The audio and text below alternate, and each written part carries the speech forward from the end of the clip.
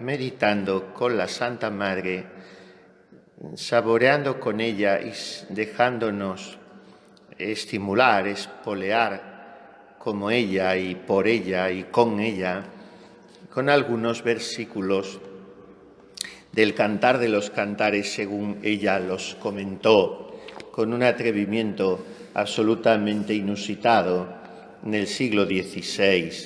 Comentan muchos autores el Cantar de los Cantares, muchos. Uno de los antiguos más notables es Orígenes, y después, ya en la Edad Media, se considera, según algunos, el último padre de la Iglesia, San Bernardo.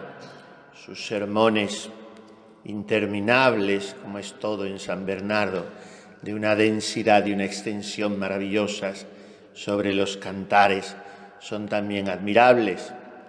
Y después, más modernamente, uno de los grandes y agudos comentaristas de los cantares es nuestro padre Gracián. Y otra venerable que tiene un comentario precioso a los cantares es la fundadora de las Agustinas Recoletas, la venerable Madre Mariana de San José. Y en fin, así podríamos enumerar muchos, aparte de que un poco más al desgaire, como a palabras sueltas o versículos sueltos, los padres de la Iglesia también comentan los cantares. Pienso, por ejemplo, más que en otros, en San Gregorio Magno.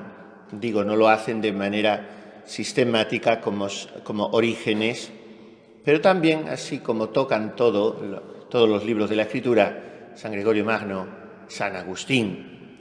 Bien, pues todos son comentarios más o menos elaborados, con una cierta estructura, con un cierto propósito de ser más o menos completos, de ir recorriendo, si no todos, por lo menos la práctica totalidad de los versículos más salientes de los cantares. En el caso de la Santa Madre no es así, porque entonces no sería ella, porque ella es desordenada en todo a la hora de escribir y por eso es tan agradable, porque es un desorden muy ordenado. Y en el caso del Pater Noster sí lo comenta completo, pero lo comenta a su manera y las interpretaciones de ella siempre son muy libres y muy religiosas, en el sentido de que miran a la vida religiosa, a la vida sacramental, a la vida carmelitana, y es desde esta angulatura desde la cual ella se atreve a escribir un librito pequeño de solos 7 capítulos, que no obedece en este caso a la indicación ni al mandato de nadie. Así como los otros libros habían sido fruto de la obediencia por diversos conductos o de diversas formas, porque el camino de perfección se lo piden sus monjas y la vida se la pide Fray García de Toledo, entre otros, y las moradas, en fin, no nos vamos a meter ahora en eso, pero el librito de los cantares le gusta a ella escribirlo y se pone a comentar sus versículos y una cosa tan extraoficial es que ni siquiera le pone título. Después el padre Gracial le titula, como le venimos conociendo casi hasta hace muy pocos años, los conceptos del amor de Dios. Y realmente está muy bien puesto, porque recuerden aquello del Santo Padre en el Cántico, mas cómo perseveras, oh vida, no viviendo donde vives, y haciendo porque mueras las flechas que recibes de lo que del amado en ti concibes. Lo que el alma concibe del amado, lo que puede en su pobreza, en su limitación intelectual, lo que puede pensar el alma del amado, lo que cabe en el entendimiento humano del amor infinito de un Dios eterno, esos son los pobres, limitados, finitos conceptos del amor de Dios. Y por eso Gracián intitula así este libro de la Santa Madre, que luego los editores modernos sencillamente despachan con un título, diríamos, más razonable, porque son meditaciones sobre los cantares. Parece ser que la primera redacción de este librito tiene lugar, no se ponen del todo de acuerdo, porque desapareció, se la hicieron quemar, pero parece que habría tenido lugar en 1566, o sea, en plena estadía se dice ahora, no sé qué palabra rara es esta, en plena estancia de la Santa Madre en San José de Ávila, donde estuvo, como sabemos, 5 años justos, 5 años menos 10 días, de 1562, 24 de agosto al 14 de agosto de 1567, que salió a fundar a Medina.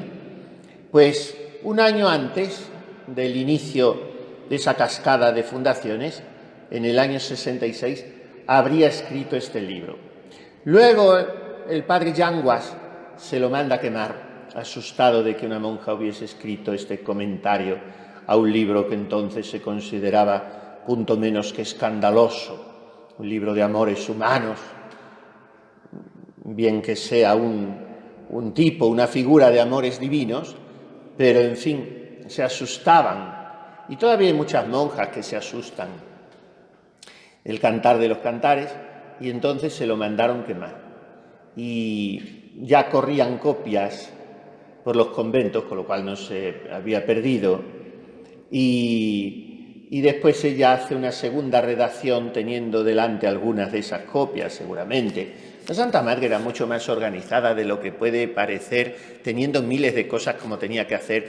Pienso muchas veces que debería de ser una mujer ordenadísima, porque cuando se viaja tanto, y algo sabemos por experiencia, como no sepas muy bien en qué lugar tienes cada cosa, de tantas veces como tienes que llevarlas y traerlas, las maletas, y cuando te vas a un sitio confiado en que te van a tener allí un libro, luego no te lo tienen, más te vale tú llevarlo, en fin, pues tienes que tener todo muy al dedillo. Y la Santa Madre muchas veces en sus cartas dice, mire que no me pierda esos papeles que dejé allí, y en fin, porque eran folios sueltos de una parte de su vida que ella estaba reescribiendo, o de las moradas, y además con qué cuidado debería de llevar todo eso en los viajes, aquellos cartapacios de pergamino, porque le gustaba usar papel muy bueno y tinta buena. No remendaba de pobre la Santa Madre cuando se trataba de cosas importantes, quería que las cosas fueran buenas, y lo tenía que llevar en un cofrecito muy cerrado en los viajes. Pensemos en los trastazos de los carros, en las aguas que tenían que atravesar, en los chaparrones, en las pérdidas, cuando se perdía el borrico con los dineros, en fin, tantas cosas. Y sin embargo, los escritos de la Santa Madre, el Señor tuvo la providencia de que nunca se perdieron, se estropearon, y ella podía tenerlos delante para reelaborar otras redacciones, porque era listísima, como sabemos, un portento de inteligencia, tenía una visión de futuro extraordinaria, y ella estaba segurísima de que esos escritos iban a hacer mucho bien, porque como era tan humilde, no tenía peligro de vanidad ninguna, como le pasaba a Santa Teresita con la historia de un alma. Estaban segurísimas de que esos escritos iban a hacer un bien inmenso. Bueno, pues la segunda redacción del comentario a los cantares parece que la terminaría o andaría en torno a esos años de 1574-75, cuando tiene lugar la fundación de Segovia y Sevilla. Como en Sevilla estuvo un año entero, aunque siempre con tantas cosas entre manos, ahí terminaría la redacción definitiva, que es la que leemos nosotros del Cantar de los Cantares. Y bien, no nos vamos a perder más en la introducción, sino decir que este libro más se convierte que en un comentario espiritual, en un vademecum de vida religiosa o de vida, digamos, contemplativa claustral. Este libro, no menos en algunos aspectos que el camino de perfección, enseña lo que debe ser una carmelita descalza. Y por eso, perdonen mi franqueza, a la que por otra parte ya las tengo acostumbradas, yo siento una mezcla de sentimientos, siento siempre mucho consuelo y mucho júbilo y mucho ensanchamiento de corazón y mucho estímulo cuando leo a la Santa Madre.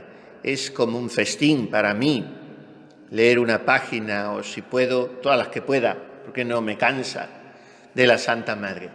Y al mismo tiempo, juntamente con ese sentimiento, experimento yo una sensación de vergüenza y de frustración propia en primer lugar, porque digo, ¿dónde está esta mujer y dónde está este hombre?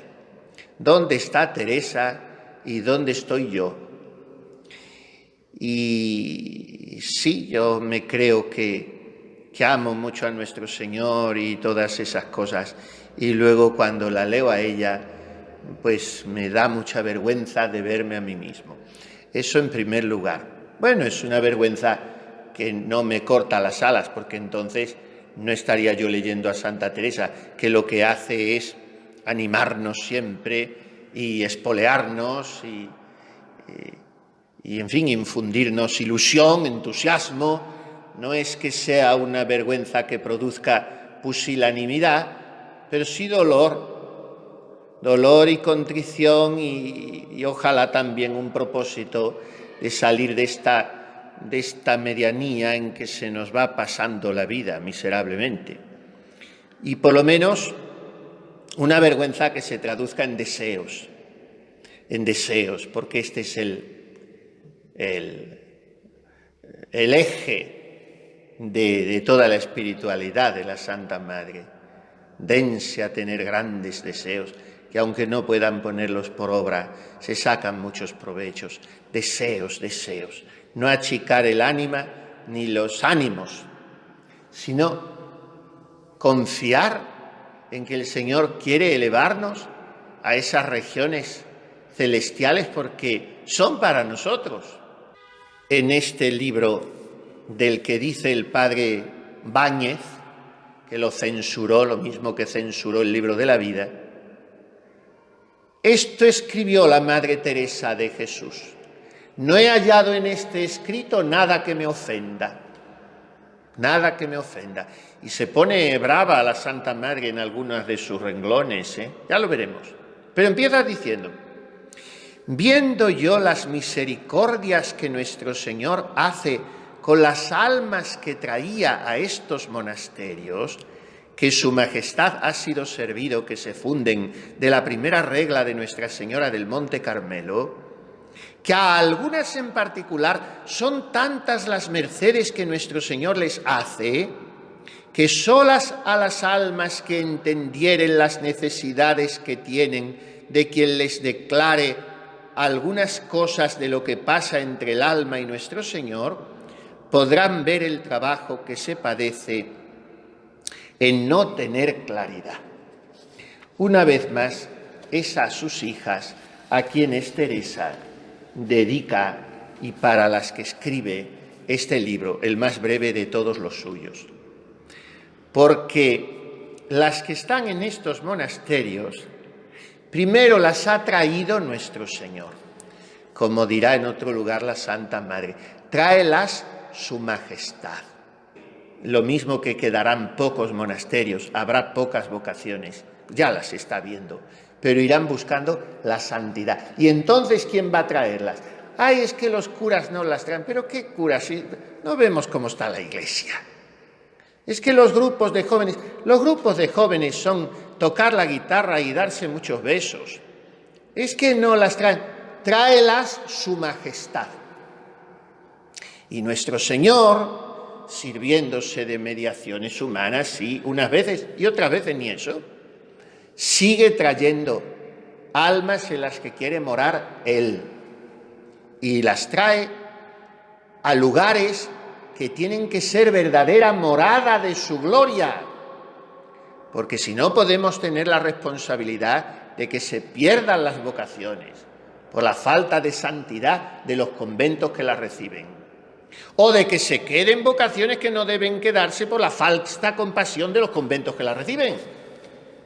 Hay que tener mucha rectitud y mucho discernimiento, y no dejan de surgir, pero quieren ir a lugares donde se les facilite el ser santas, donde luego encontrarán la cruz, encontrarán las aristas de una convivencia humana que inevitablemente es mortificante, porque la otra me mortifica a mí y porque yo mortifico a la otra, y encontrarán que tienen que renunciar. Todo eso de acuerdo, pero encontrarán un lugar donde se hace muchísima oración, donde se vive pobremente, penitentemente, alegremente, obedientemente, donde se trabaja mucho sin dejarse absorber por el trabajo, donde se ríe y se canta y se baila mucho sin dejarse disipar por esos momentos de recreación, donde se llora mucho en la celda porque se sufre mucho por la iglesia sin dejarse amargar por esas lágrimas, donde se sonríe mucho y se quita importancia a las cosas sin dejarse por eso caer en la frivolidad o en la superficialidad de una adolescente inmadura que no profundiza en su vida, sino una verdadera escuela de santidad. Eso es lo que se viene a buscar aquí. Y si un convento no es eso, ¿qué es un convento? Porque a veces se ofrecen, no sé, iba a decir espectáculos, en fin, se ofrece una imagen muy grotesca. Grotesca porque se cambian el hábito, porque se quitan las rejas. No es eso. Porque a veces nos refugiamos en eso. No, nosotras sostenemos, mantenemos todo eso. Sí, pero lo primero que hay que mantener es la seriedad de una consagración. Es querer morir. Es amar el último lugar. Es no querer poner punto a todo cada vez que hablo. Y es echarme a los trabajos más duros y sonreír. Y si tengo un momento malo, pues lo tengo, ¿qué vamos a hacer? Porque nadie somos de hierro, pero que no tenga que girar toda la comunidad alrededor de mi momento malo. En fin, no sé, aquellas primeras de la Santa Madre, yo creo que si hubieran sido como algunas son hoy, no hubieran sostenido aquel pequeño monasterio de San José cuando fue el concejo de Ávila a querer tirar las puertas porque les quitaban el agua. Y sin embargo, se refugiaron en su esposo divino, se metieron en sus llagas y resistieron todo, porque no se miraban a sí mismas. Claro, es que ellas tenían a la Santa Madre que las sostenía y las estimulaba. No es verdad. Estuvieron solitas allí 4 meses, o casi hasta cerca de Navidad. No fue la Santa Madre desde el día de San Bartolomé hasta casi finales de noviembre o diciembre, dicen otros, que le dieron permiso de la Encarnación. Mientras tanto, mejor dicho, el provincial fue el que le dio el permiso. Mientras tanto, aquellas 4 allí solicas. Y después se fueron criando a base de oración, de irse a las ermitas, de buscar la soledad, no de buscar las noticias. Yo no me imagino a aquellas monjitas de San José sabiéndolo todo, de todos los curas de Ávila, de todos los obispos de España, de todas las señoras que pasaran por el torno, y me imagino, pues, la que le tocase ser tornera, tomándoselo como casi un purgatorio y deseando librarse cuanto antes de tener contacto con el exterior. Bueno, pues a esos palomarcitos de la Virgen Nuestra Señora, que después se convirtieron en 17 en vida de la Santa Madre, o en 16 porque luego cerró Pastrana, quedaron 16. Y después de esos 16 proliferaron por el mundo entero.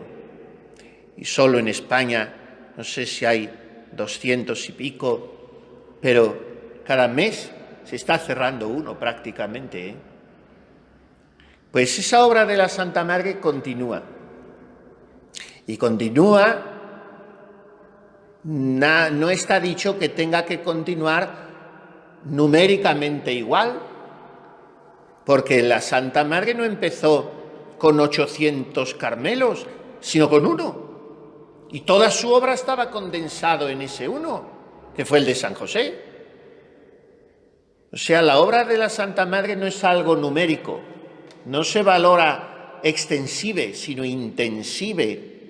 Donde haya un monasterio, un Carmelo descalzo que viva lo que la Santa Madre quiso y sus monjas sean como ella las pintaba en sus deseos, siervas del amor, esposas del crucificado, marcadas con su sello que es el de la cruz, con los ojos fijos en vuestro esposo que él es que nos ha de sustentar, sin más ocupación que mirarle a él.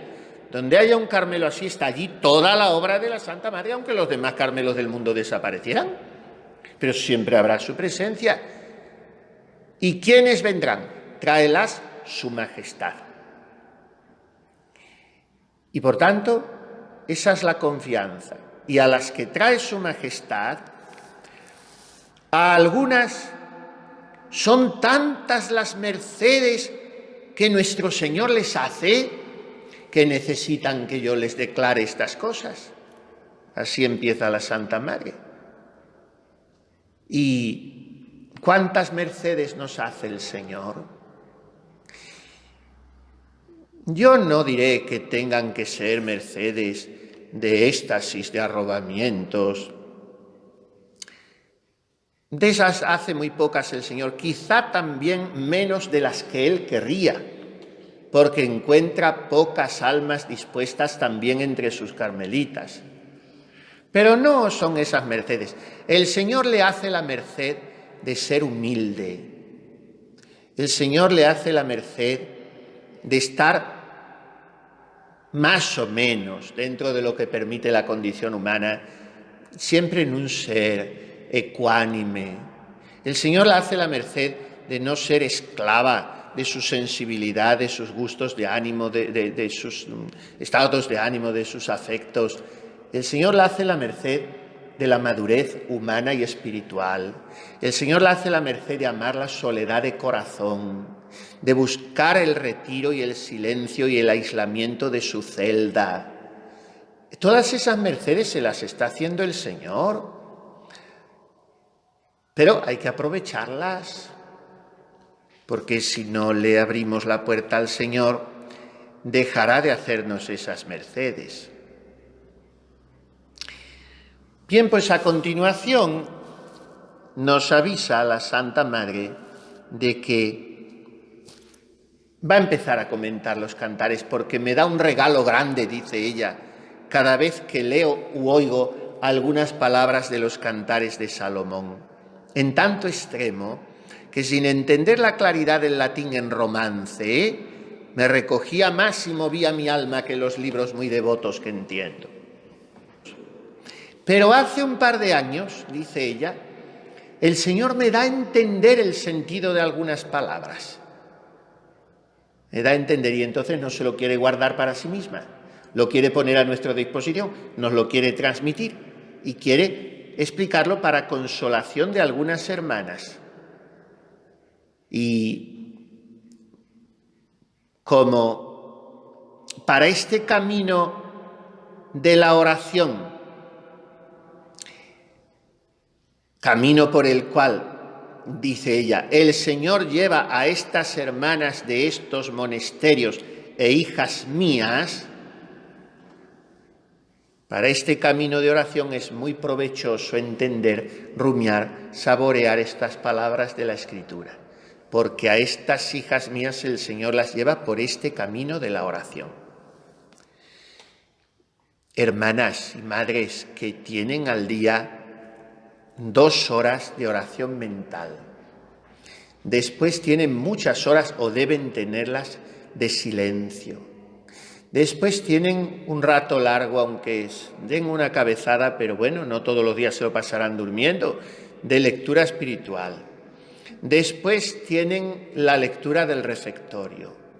Después tienen otras cuantas horas salmodiando en el coro el oficio divino. Después, en fin, ¿qué les voy a contar? Pero sobre todo tienen mucho tiempo de oración mental, más que otras órdenes.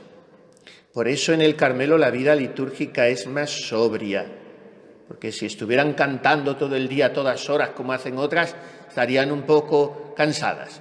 Tienen más bien el espíritu reposado para la oración mental, vacar a Dios en soledad y en olvido, no solo monjas, sino ermitañas. Hay que explotar eso, porque es este camino por el que el Señor lleva a estas monjas.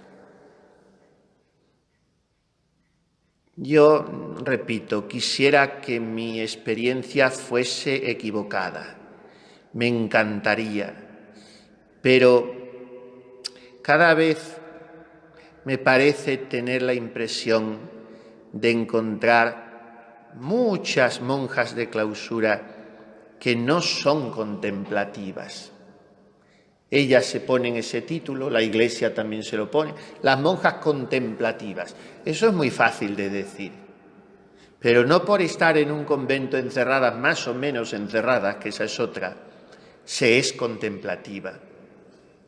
Se es contemplativa cuando se está meditando día y noche la ley del Señor, cuando estorban las noticias de criaturas, cuando se purifica la memoria, cuando la voluntad está limpia para amar al Señor, cuando en el entendimiento no caen otros conceptos ni inteligencias que no sean conocer más y más y más a Dios. Oh Señor y verdadero Dios mío, quien nos conoce nos ama.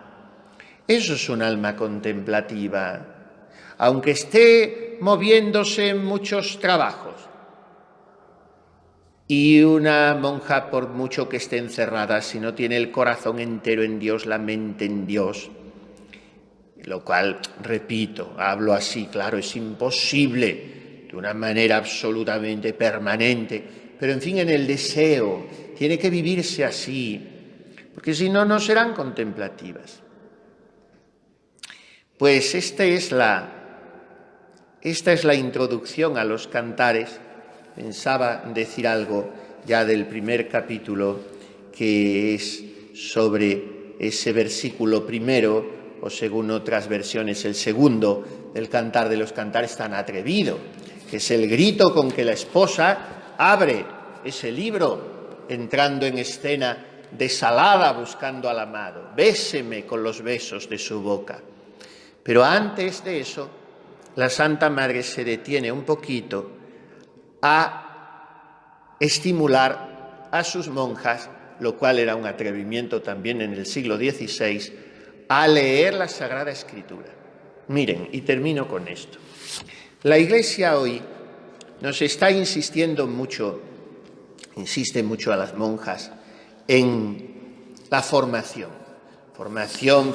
permanente. No hay que asustarse de la palabra y de la insistencia que en ella se pone. Algunas monjas se asustan porque lo identifican con cursillos, con salidas, con disipación, pero no es eso. Hay que tomarse en serio la formación y la mayoría de las monjas se la toman muy poco en serio. Solo quieren leer revistas o vidas de santos muy entretenidas, como quien ve una película. Pero formarse más en profundidad, los documentos de la Iglesia del Magisterio, el Catecismo, creo que lo han leído entero, muy pocas monjas, Catecismo, y la Sagrada Escritura, comentarios a la Escritura. Es verdad, claro, en el Carmelo con los santos padres casi se diría que hay bastante, pero tampoco se puede ser excesivamente reductivo, y además a los santos padres hay que leerlos también bien. Entonces es importante formarse, pero no se puede dejar nunca de lado la Sagrada Escritura. Ojalá lo de cada día de la misa y del oficio divino de los maitines lo saboreásemos. ¿Cuántas veces pasamos por las lecturas de maitines como gatos sobre ascuas y se termina y a lo mejor no sabríamos decir si es ni de Ezequiel o de Jeremías o qué se nos ha dicho en esa lectura? Hay que prestar mucha atención a la Sagrada Escritura, que el lucero matutino y la estrella de la tarde te encuentre con la Biblia entre las manos, decía San Jerónimo, de manera que tu pecho sea una biblioteca de Cristo. La Santa Madre sacó tantas riquezas de la Sagrada Escritura y por lo menos leámosla a ella explicando la Escritura. Es lo que vamos a ver estos días. Creo que será muy provechoso.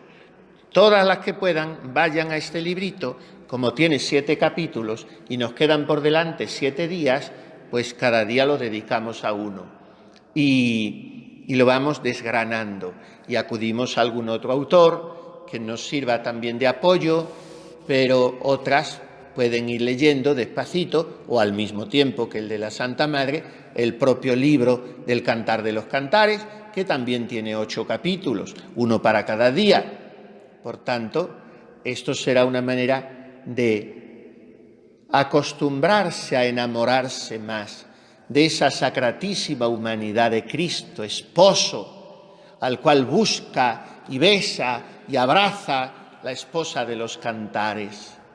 Le descubre como flor del campo y lirio de los valles y dice, mi amado para mí y yo para él, que apacienta entre azucenas. Pues a este amado del Cantar de los Cantares, mirado con los ojos de su esposa Teresa de Jesús, iremos descubriendo y estudiando estos días, pidiendo siempre a la Santísima Virgen, que es la verdadera esposa de los cantares, el modelo de toda esposa, que nos lleve ella al más profundo amor de Jesucristo.